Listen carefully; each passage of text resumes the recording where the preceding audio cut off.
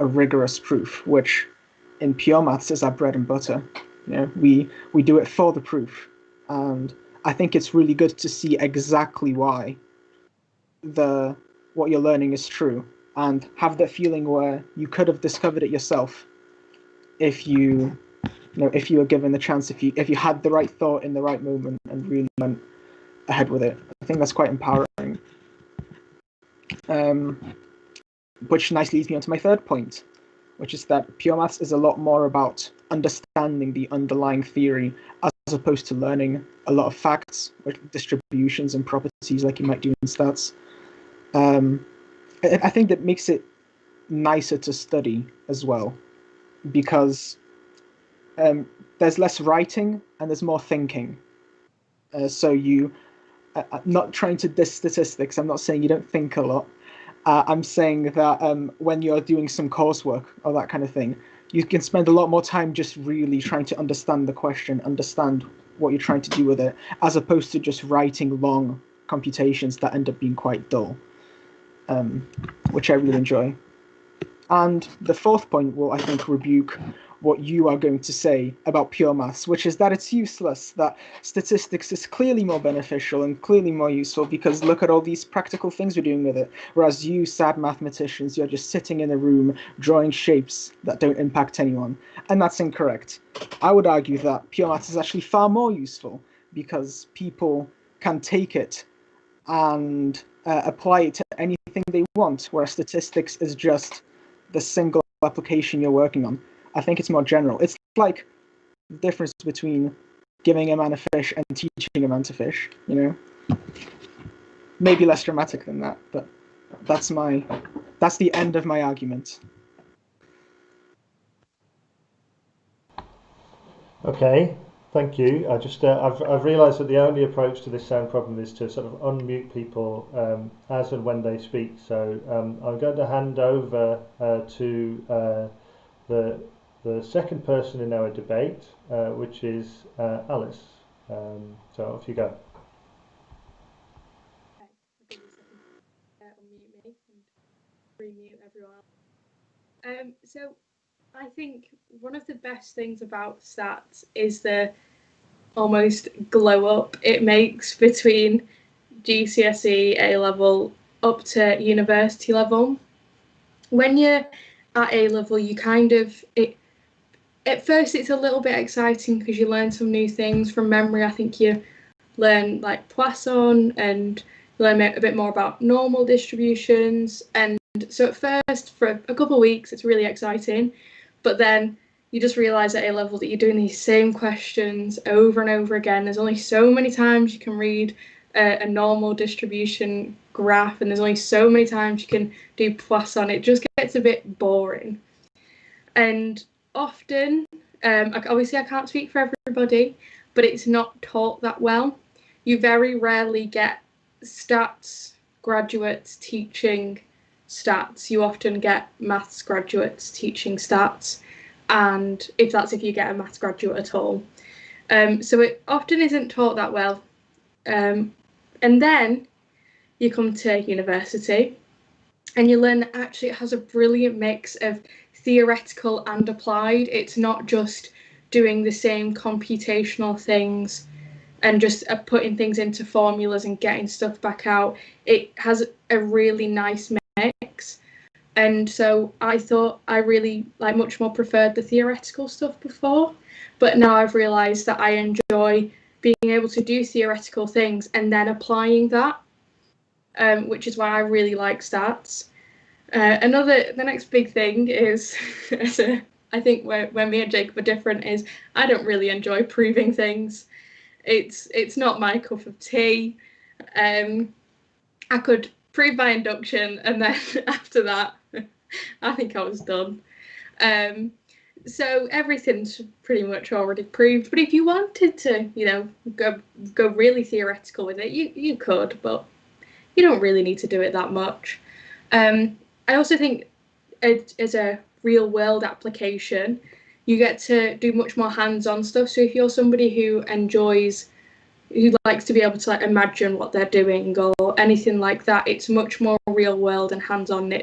I personally really like that. I was always quite a visual learner, so as maths became more abstract, it kind of like turned me off a bit. I didn't really enjoy it as much anymore.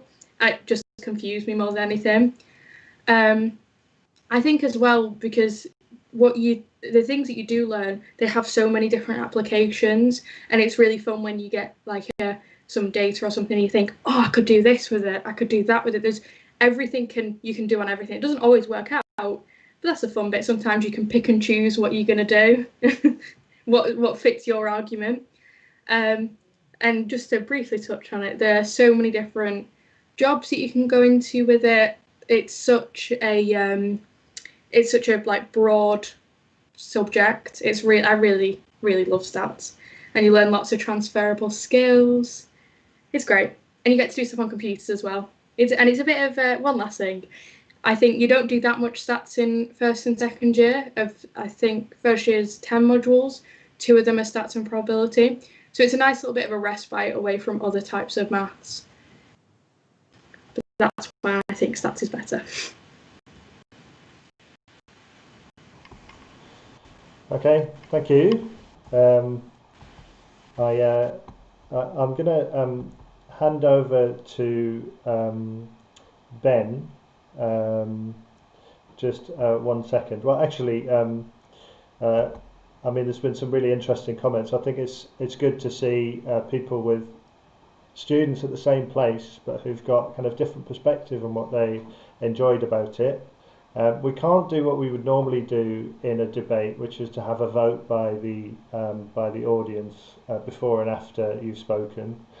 So what I'm going to do is to ask 3 questions of each of you, Jacob and Alice, that I agreed with Ben beforehand, and whoever gets the most of those right is the winner. Right? Are you ready?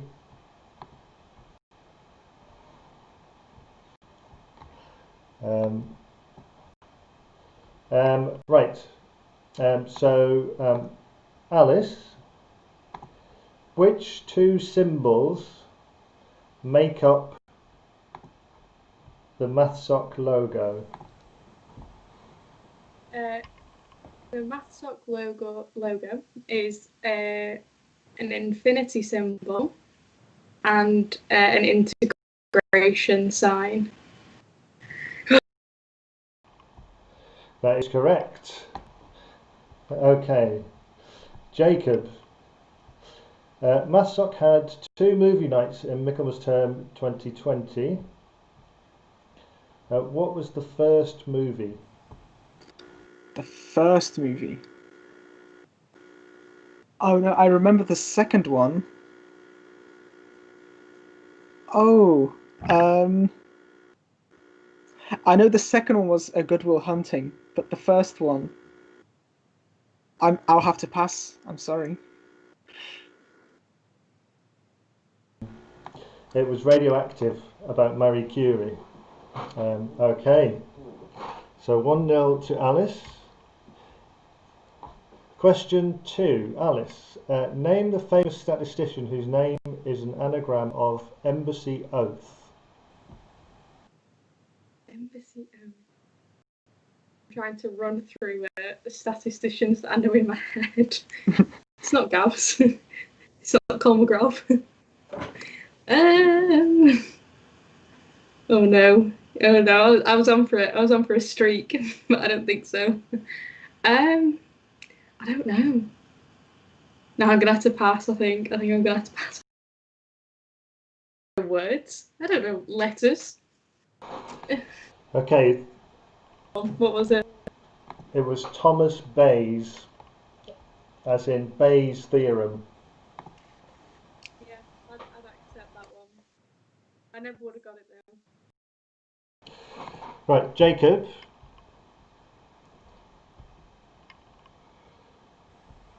Sorry, I'd muted you, so we didn't hear the last bit. Jacob,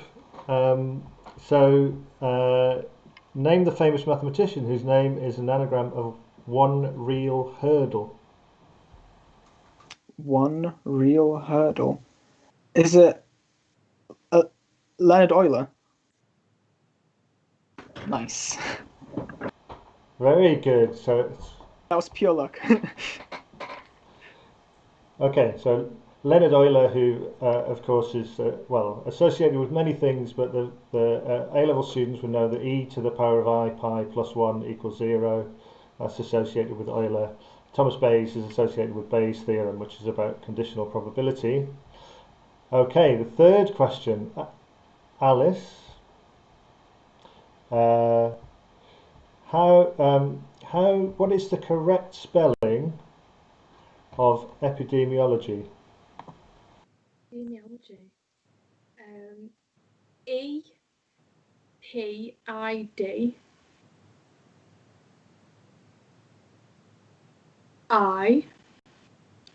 EPIDMIOLOGY.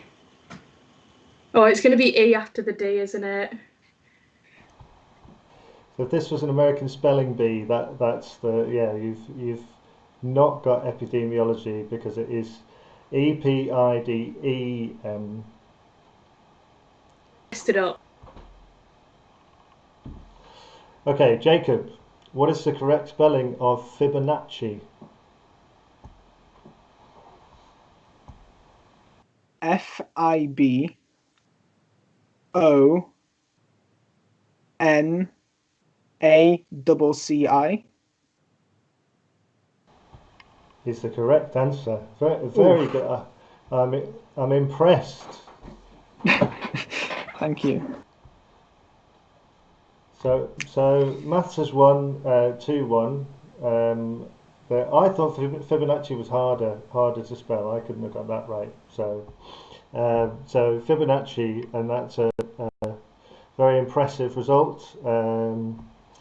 Okay, and I think it looks like Pure Maths is winning in the chat votes as well. So we've got a bit of a vote, and there's several people more for one, but we don't know whether they were persuaded by the debate or whether they just preferred Pure Maths anyway. Now I'm going to hand over to Ben, who can sort of mediate the Q&A. But we've got quite a few questions that have come through in the chat.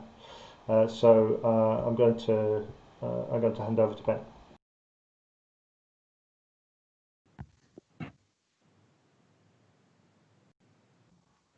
Great, thanks guys. That was really interesting, and it's great to have a winner, and rather than always having draws. Okay, so feel free to put any questions in the chat whenever you want to, and we'll try and answer them. One of the key advantages of this is that you get to hear from a student's perspective, not necessarily a lecturer or anything like that, who's normally quite keen to be really positive and be great. Although I think we've all really enjoyed our experience here. So got a list of a few questions you've put in already, so please keep them coming. Question number 1. What college are you all in and why? So we're all in County College. It is a coincidence, which is great. And maybe I can pass over to Jacob to say why he joined County College. Sure. County is, I believe, the biggest college in Lancaster. So when I was joining, I knew there'd always be something cool going on. And also, in my opinion, the accommodation is quite nice. At least the accommodation I was in. And it's in a nice location, not too far away from everything. Lots of upsides.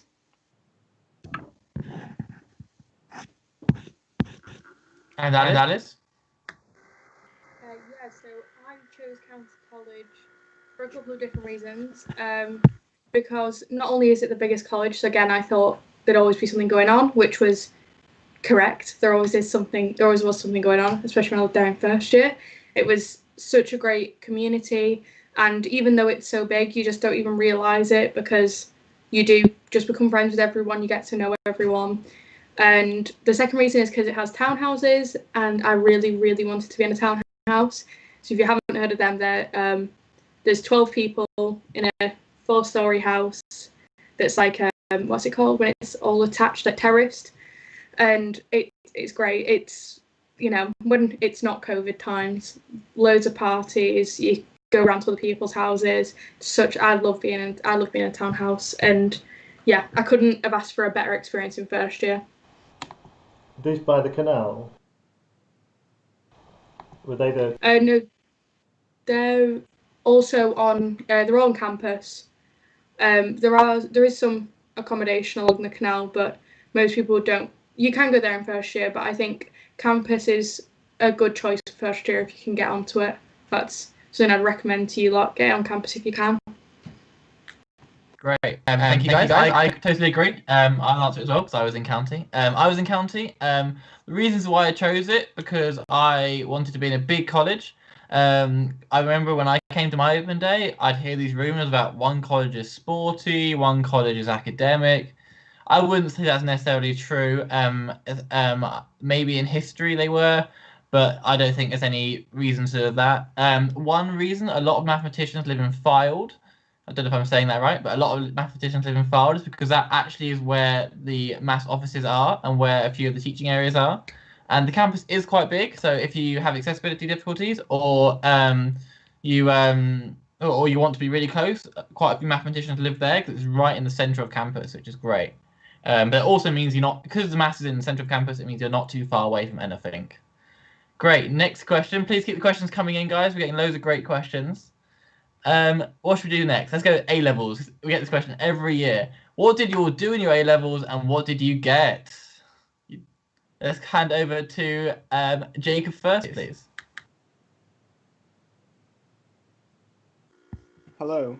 Yes. I did maths, further maths and physics. I didn't do 4 A levels. I know some people did. I got A stars in the maths and physics and an A in further maths. Amazing. Over to Alice, please. So I did a bit weird in how I did it. I started off by doing maths, biology, and chemistry, and then I joined on the further maths halfway through AS levels, taught myself that to the end, and then dropped off biology. So in the end, I did maths, further maths, and chemistry. I got A's in maths and further maths and a B in chemistry. I obviously focused my time a lot more on maths. Great, as you should. I did mathematics, chemistry, and economics. And one interesting fact about me is when I actually applied to university, I actually applied for chemistry. So all 5 of my options were chemistry degrees. That was my favourite at the time. But changed my mind towards exams, towards learning how to kind of learning what I wanted to go into and that kind of thing. And I changed my mind, and it's completely okay to change your mind. And yeah, please make sure please do your independent research and make sure you're happy. My key point is you don't need to do further maths. If you have an offer from Lancaster University, the top university, you can do it. I promise you can. It's not the university I found really helped me straight at the beginning, right from the beginning, and noticed that a lot of people do not have that further maths, and it's completely fine. Great. Next question. Thanks, guys. Okay, quickly, what percentage of students at Lancaster have taken further maths A level? I'm going to go a quick percentage, and I'll run round what you guys think, including all of you guys, including Paul. I think it is 37%, quite low, below 50%. I'm going to pass around. Alice, you next. I think it's probably a little bit more than that, but just again what Ben said, you don't have to have done further maths. They teach everything you need to know. They do it quite quickly. So definitely, as we've mentioned, getting the help off MathSoc with the maths cafes, things like that, and just being in communication with the department if you're confused is very helpful. But my percentage is probably 62%.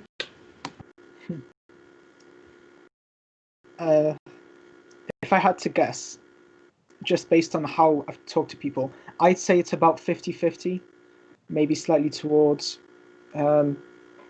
doing further maths, but I'd say 50%. And Paul, what do you think as head of admissions at the moment?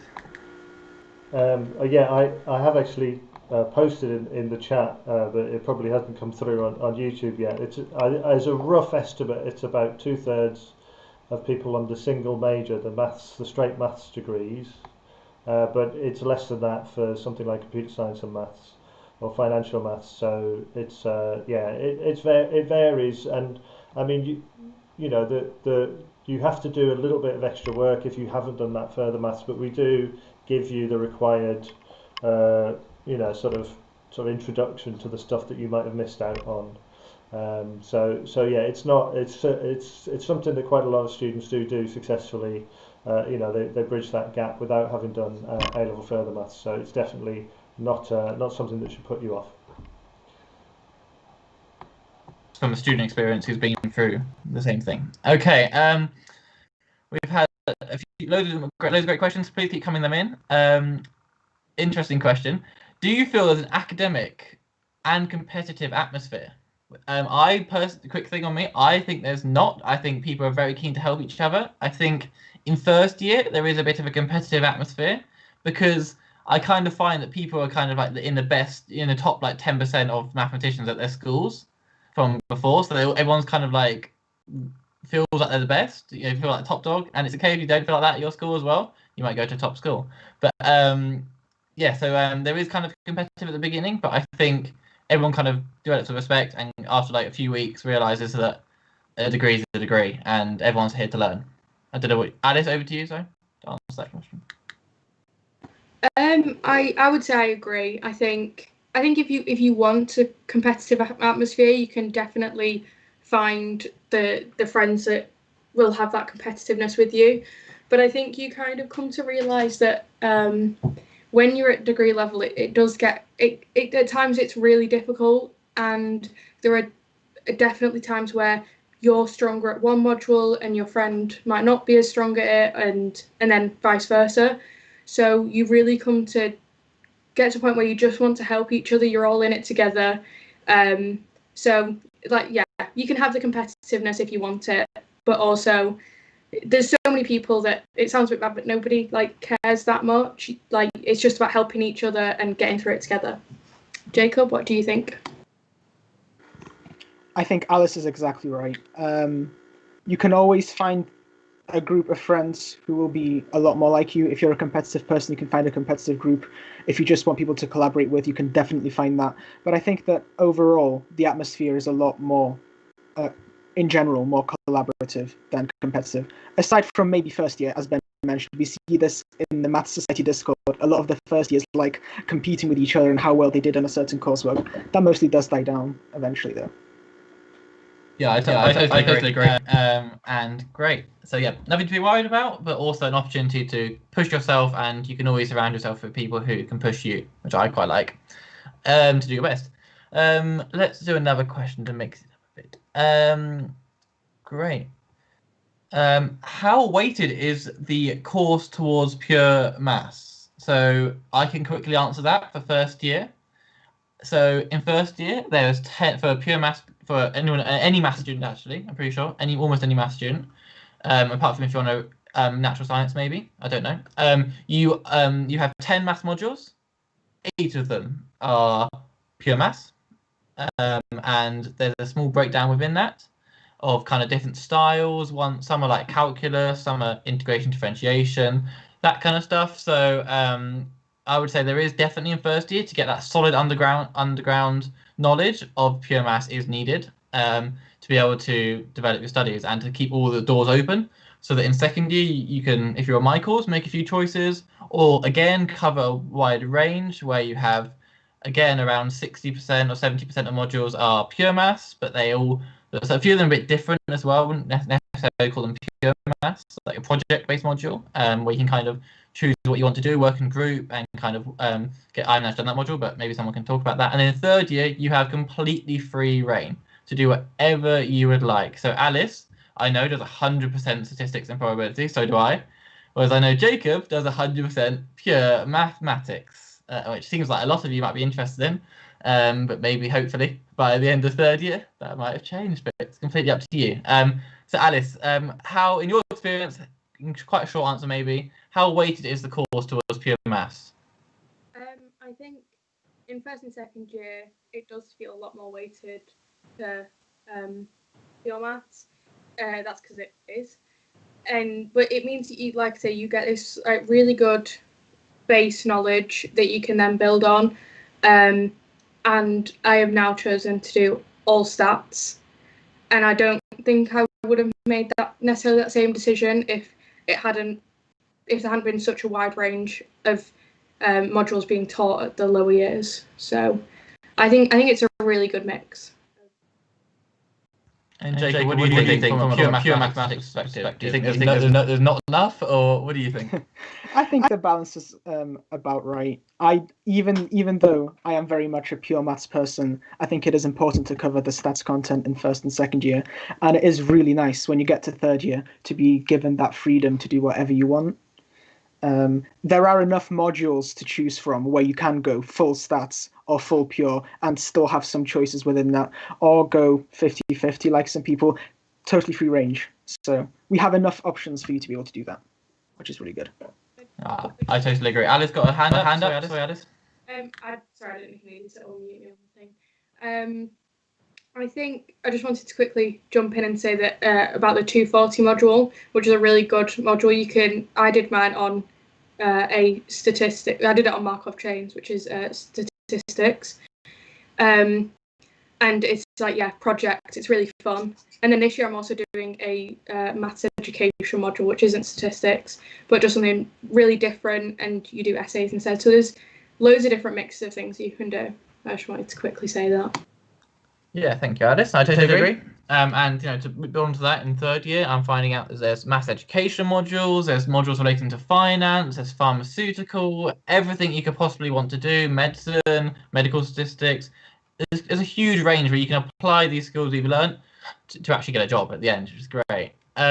We've had quite an interesting question. Can I just say, Ben? Yeah, I mean, it's one of the things to bear in mind is that what we refer to as pure maths may not be exactly the same as the type of pure that you might get at A level. It's different now because it used to be more modular and very clearly divided, and you would be told this is pure maths. It's not quite like that when you do A level anymore, but nevertheless you have a lot of sort of bits like calculus that would be considered as pure maths at A level, but actually they're just part of the general mathematical knowledge, the kind of methods that you need to use if you're going to do statistics. You're going to be using integrals for continuous probability distributions and so on.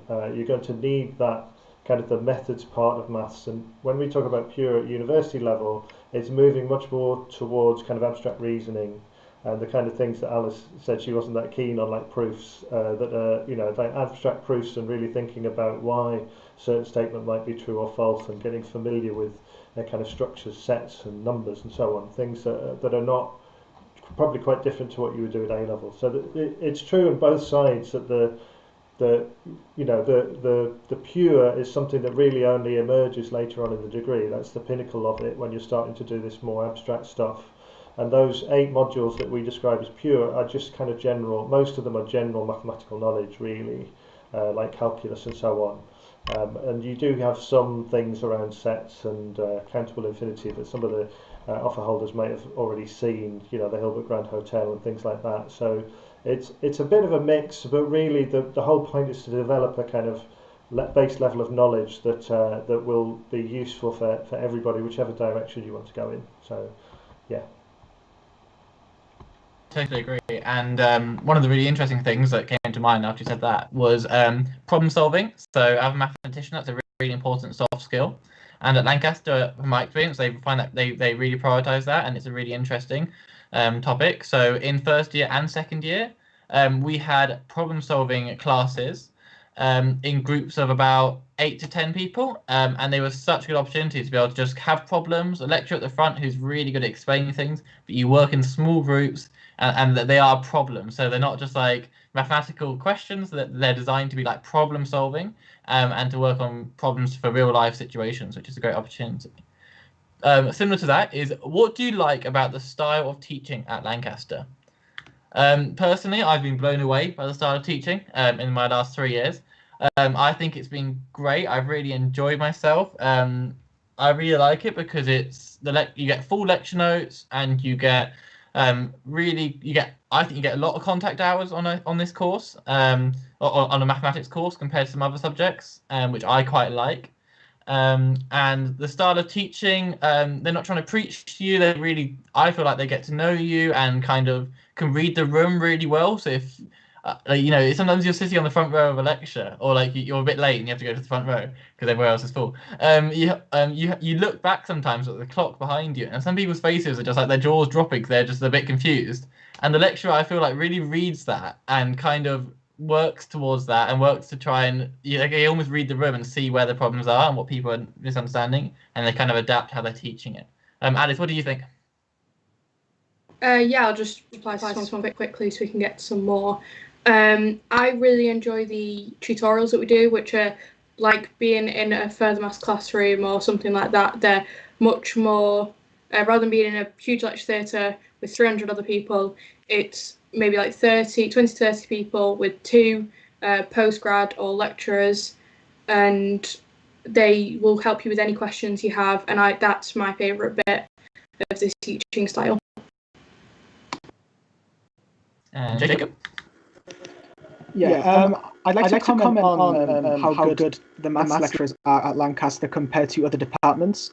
As someone who had lectures in another department with computer science before, and also just speaking to a lot of my friends and hearing their horror stories, the maths lecturers in our maths department are really, really good. So you should have a really good experience with them. I do agree with that, and I think it's kind of a close-knit family almost, because we are, you know, not necessarily the biggest department, but I think that's quite a good thing actually. And you know, I might describe some other departments as feel a bit more like a sausage factory, where they're kind of just pushing you through the knowledge and trying to get you into the perfect to know all the knowledge. And I think this department's not like that at all. They really want to make sure you understand the knowledge and you get the best out of it in the way you learn best. Next question is there a way we can connect with other future students? So we would call you freshers. Congratulations on your offers, by the way. So I think we've said that yet. So there's no official way that we can connect you guys, but there is a Maths Society, maybe Gemma might post a link. There is a Lancaster University Maths and Statistics Department Facebook page, and there is also a Maths Society page, which you will be joining when you become members. But if you maybe you could like it and follow with our events. There's also a Lancaster Maths Society Instagram page as well, which has lots of great content, probably quite Christmassy themed at the moment, which should be great. For example, the most lights lit simultaneously on a Christmas tree is 194,672 lights on one Christmas tree.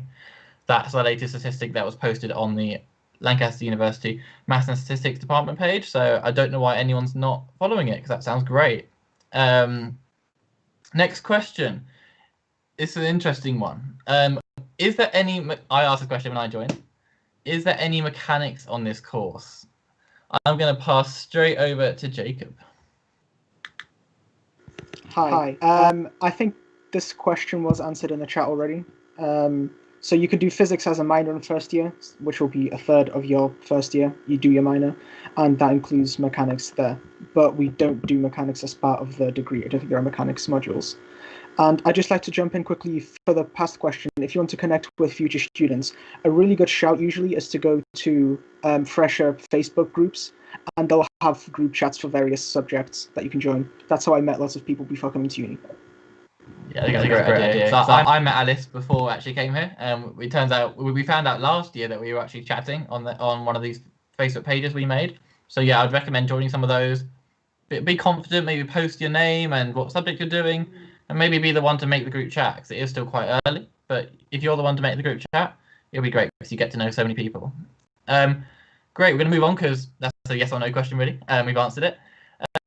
Alice, what proportion of your revision time is spent practicing the content? And maybe you can talk a little bit about, yeah, just that for now. We'll go to the next question.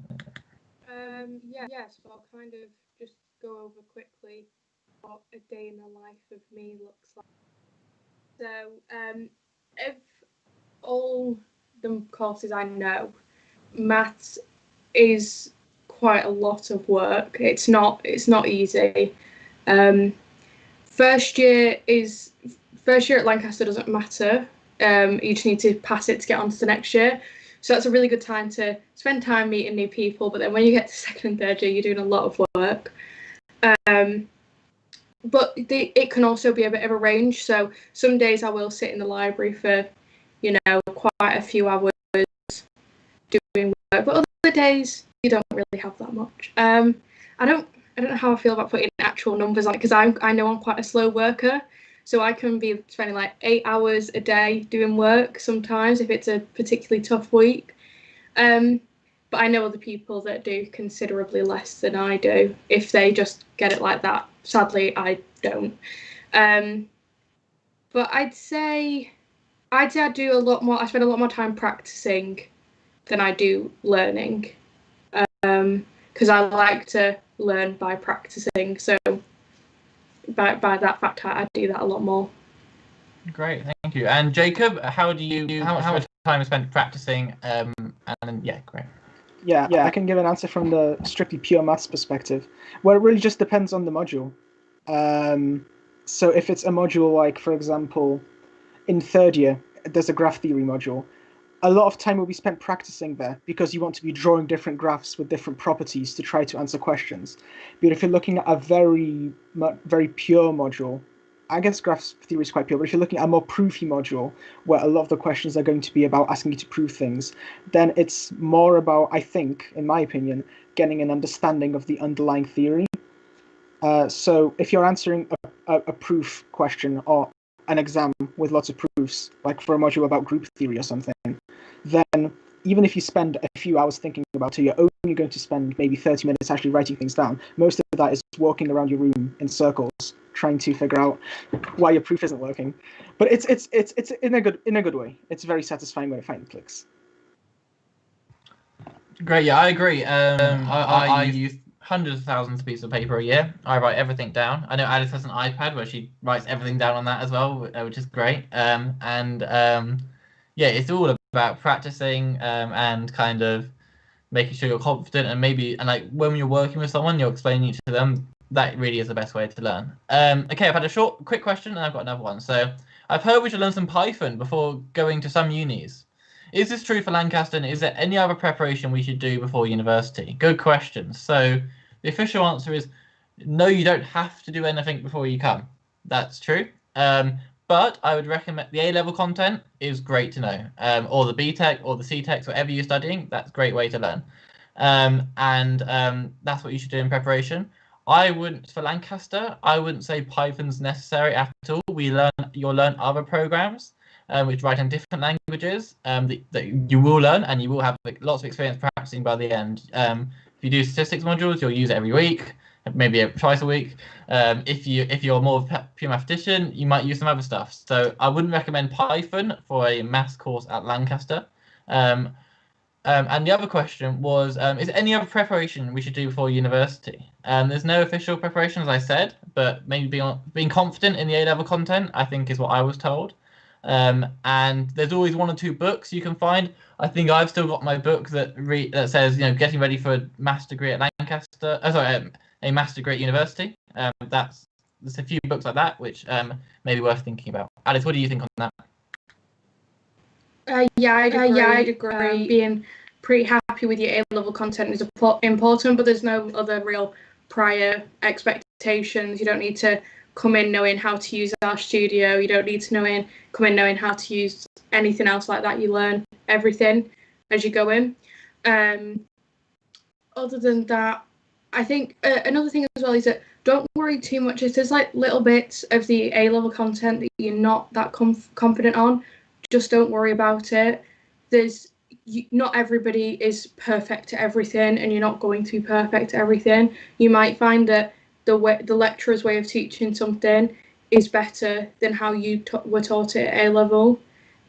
So don't worry if there's like bits that you're just not 100% on. You can always get support when you're here, and if you get into the university, then you deserve to be here, and you can get that help. So don't worry if you're not 100% on everything. Yeah, no, I definitely agree, and I'm pretty confident that Lancaster will take into consideration the disruption to your degree, to your studies this year, and maybe we'll go a little bit slower at the beginning, and that's okay. To try and help you guys cover a bit more content, because I'm sure a lot of you felt like your studies have been disrupted with everything going on. Okay, talking about everything going on. As we can't really visit or do open days Sorry, in real Ben, life. can I just say one thing on that? The person who asked that might have been a computer science and maths applicant. So I guess there's a separate answer that would come from computer science and maths. But we are, I would say, 98% certain that we'll be running joint events for each of the people on specific joint honours schemes. So they'll be similar to this. There'll be some sort of live stream type event that will run sometime in the new year. So if you're a maths student, that's absolutely right. I mean, we don't use Python at all, I think, in the department, but I'm not sure about the computer science department. So yeah, we'd have to get an answer from them. Yeah. I can offer a report, something for that potentially. We'd never used Python in first or second year in computer science, to my knowledge. In first year, we did some Java and C, but that was all taught for us from the beginning. Right, yeah. Obviously, Jacob computer science for 2 years. So that's great insight.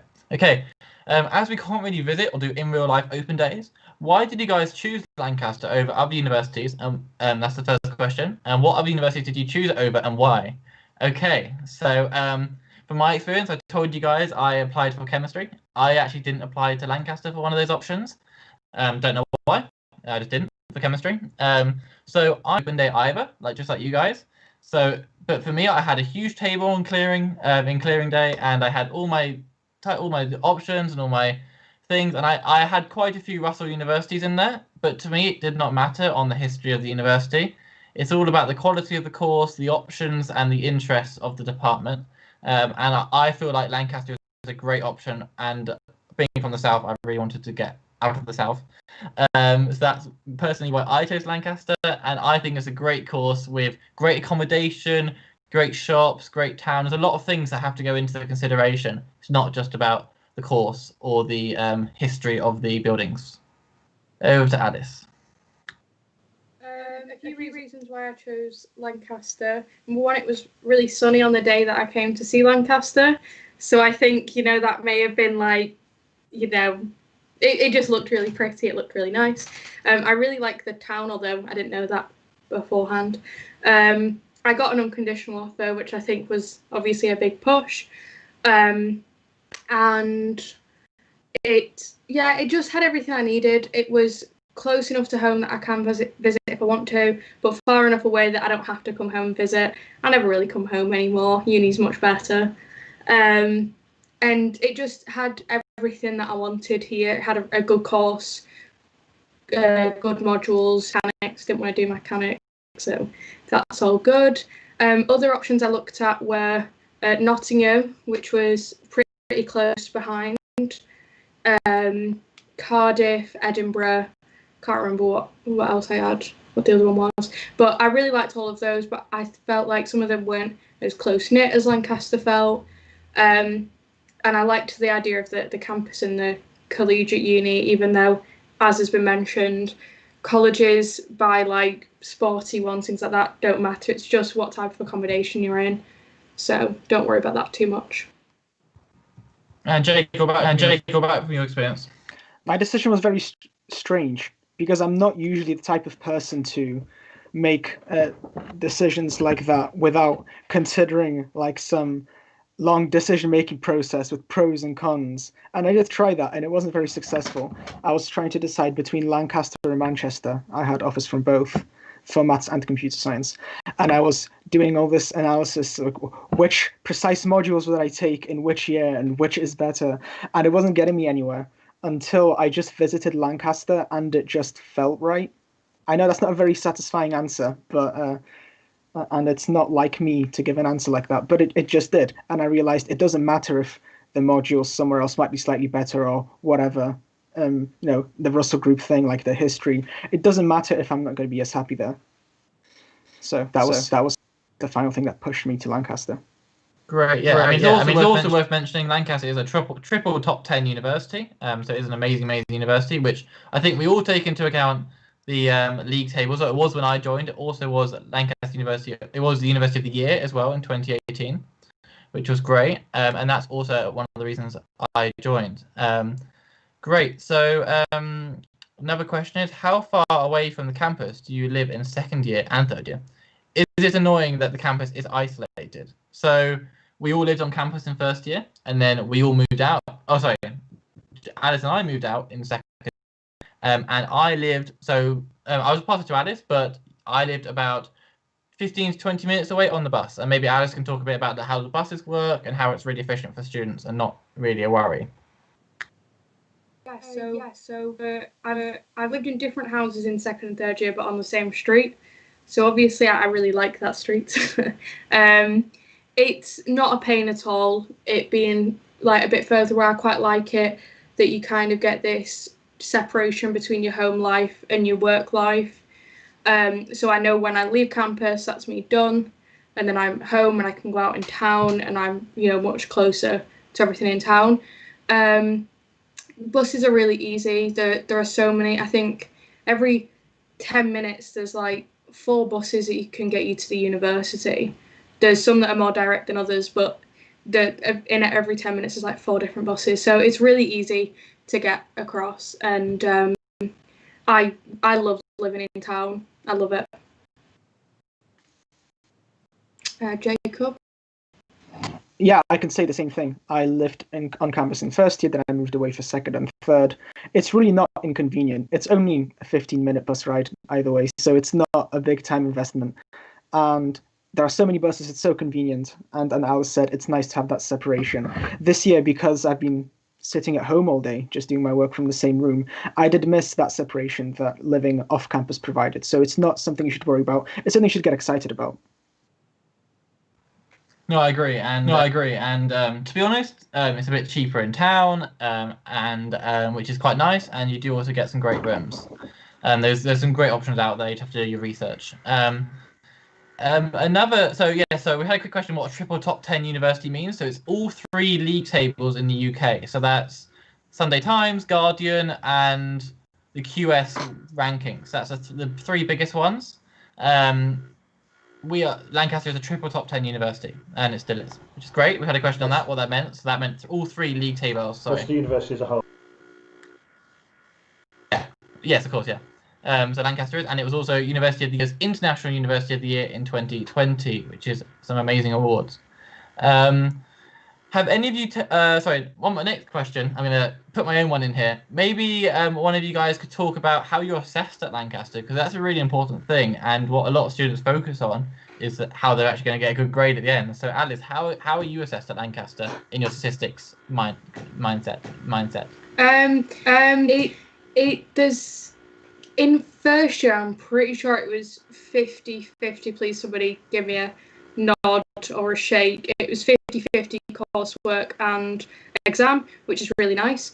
And so if you're not the best at exams, then you can make it up with your coursework. As you go into second year, I'll let Jacob give you the percentage on that, because I cannot remember. But as well as that, more importantly, there are options to do slightly different things. So with 240 in your second year, there's project work and there's writing reports, which is something a bit different. And in third year, there are some modules that are not 90% exam, 10% coursework. They're actually 70% exam, 20% on a small project, and then 10% on coursework. So there's quite a bit of different range. Jacob?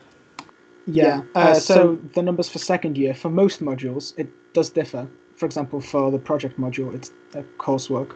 But for the majority of the maths ones, it's going to be 80% exam, 20% coursework. But the coursework is kind of there to keep you on track. Yeah. You shouldn't worry too much about trying to spend hours on something that isn't worth that many marks. Really, doing the work and getting the practice is, I think, enough of a reward. And in third year, it depends on the module. Some are 70, some are 90 exam. I totally agree. And also one of we talk about coursework, but for some people who might not know exactly what that means, is in mathematics we get quizzes. So there'll be, I've got some right here. There'll be obviously a quiz that you get a question with A to B, C, D, or E, and you submit the answer. And there's always a few red herrings in there to try and test if you actually understand the knowledge. And they normally don't take quite as long. And then there's and they're normally weekly, I'd say, in most modules. And then there's also coursework, which is questions, not that many marks normally, only about 30 marks. It would take about 2.5 to 3 hours probably in total, and that's great. You submit it and you get your marks back, and you also get amazing feedback from someone who you're either from a lecturer or a GTA, which is a fourth year or PhD student, normally a PhD student, who gives really helpful feedback and really encourages you to improve your grade, which is great. We've had another question. Please keep a few more coming in, and then we're going to wrap up in a bit. So, have any more questions? Please put them in. Have any of you taken the education module in third year? I know Alice has, or know anyone who's taken it? Yes, there's quite a few people this year. Has this changed because of COVID? Alice, do you want to talk a bit about that? Yeah, so I chose the education module. It's a module. There are two education modules. One is the learning side of it, and the other one is a placement. I'm pretty sure I didn't choose a placement, but I'm pretty sure that's been called off for this year. But the actual learning side of it is still there, still fully running. It's completely coursework. You do 2 essays, at least at the minute you do. Just really nice and different from other things that you learn. But yeah, I really would. I'd recommend, even if you're not thinking of going into teaching, it's a nice something just a bit different. You practice your writing skills, which is something you don't get to do as much when you stop doing essay modules and things like that. Great, thank you, Alice. I think it's really interesting as well because Lancaster is actually one of the few degrees at maths is one of the few degrees at Lancaster that doesn't actually have a dissertation at the end. So a dissertation, if you don't know, is normally like a 5,000 to 6,000 word essay, very long essay. Sometimes up to 10,000 if you do like history or law or something like that. Huge project. It's normally quite a big chunk of your year as well, so it's not much contact. It's quite an independent research base. So that's one of the huge advantages about doing maths, is that you do a lot more modules and you don't do so many essays, which I personally loved. Great, we've had a great question. I'm from the south as well, so that's like me. I'm worried about moving so far from home. For the person who said he's from the south, that's me. Do you have any advice? So I am the only one from the south. Alice is from the north, Bolton. And we'll talk to Jacob in a second as well, which I think give really interesting insight as well. So from the south, I am a Londoner, as most people from the south are. And I have found that at first I really connected with a lot of the Londoners when I first came to Lancaster naturally. Not just dialect and being able to actually kind of have a slang with them and kind of get know them really well straight instantly. I personally was not too worried about moving to Lancaster. I think I've always been a bit okay with moving. And one of the great things about Lancaster is that there's a direct route into London Euston. The fastest trains can take about 2.5 hours. And you just sit on the train and watch their free movies they share, and that's perfect timing for to get into London Euston. So I personally was not too worried, and I came back probably twice a term, or maybe once a term in first year, and that's completely okay at the weekend, and you can do it.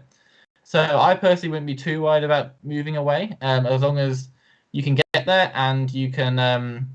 It's such a campus vibe that it kind of feels like a community in itself. So that's one of the great advantages about Lancaster being a campus, is that it feels kind of like a metropolitan city in its own area, which I love. Because it's not like a spread out in the countryside.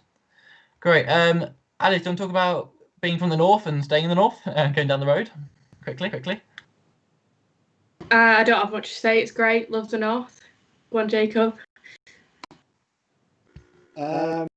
I'm originally from Poland, but I think the thing that distinguishes me most, in those terms of where I'm from, is the fact that I grew up in Yorkshire, which in Lancaster is a bit of a contentious thing because of the long historic rivalry between Lancashire and Yorkshire, going all the way back to the Wars of the Roses, and we still have a sports competition every year between the University of York and University of Lancaster.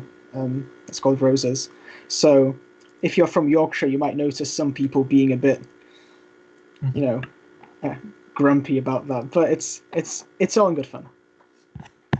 Great. The last question we've got is I applied for maths with a year abroad to apply. They apply for that. If I wanted to go to a country that speaks a different language, I know some unis can include a language module in their course. How does this work there?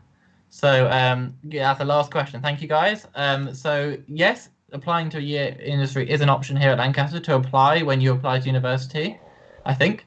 Yes, you can, but you can always change it at any point. So if you feel like you haven't applied for that and you want to do it, you can change it at the end in first year. To have that option to apply. I don't have the exact answer. Might have to pass it to Paul, but I know that you can go to. I think you can go to different language-speaking countries. Quite often, the university might have an English option. I know one of my friends does that. No, I did see there's a delay with the YouTube chat, so you didn't notice that I've also I thought I'd speed things up a bit by answering that. But at the moment, all our partners are in Canada, the US, Australia, and New Zealand. That's for the department. We did used to have a department in France, but there wasn't enough take up of that, so it's not very common actually for maths students to want to go and study in a country where you have to speak French or German or something like that. So yeah, we don't actually have any links with other departments in, say, in the rest of Europe. That's yeah. But the study abroad is if that's what you've applied for, then you're right, you can switch out of it during the first 2 years. Actually, if you decide you don't want to do that study abroad, you can switch on to a normal degree. Yeah.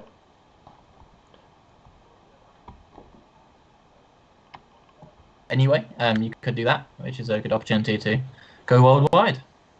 Yeah, subject to the recommended minor system and to availability of classes. So we always have to put that caveat in. Oh yeah. Yeah. Great. Thank you very much. That's the end of the questions. Thank you, guys, for some great questions there. Okay, can I just say a couple of words just to finish up? Thank you very much to everybody for coming. It's been really good fun. I feel like I now understand a little bit of what being a sound technician is like, although I wouldn't be a very good sound technician, evidently. But this is a taster event for the kind of things that we'll be running in the new year. So all of you, you've got your offers. You've got your My Offers page where you will see that there are certain events that you can attend. There'll be a series of them, and there are those that you can register on. They'll have the kind of the basic introduction, but then we'll also have other events to sort of different topics. So keep an eye out for those things. If you want to sort of check back in, you want to ask any more questions, contact us by emailing or by going on the website and using Unibody and so on. There was a question about getting in touch with the department, so I think I'll post a couple of links in the chat, and so there's the Maths Society. I don't know if anybody's posted that in the chat. So here's the Instagram page for the Maths Society, for example. Otherwise, just get in touch with us, just email, and we'll try to put you in touch with anybody or answer any questions that you have. So thanks a lot, everybody. Have a nice Christmas and a nice relaxing time, and good luck with everything in the new year. Thanks, everybody. Bye.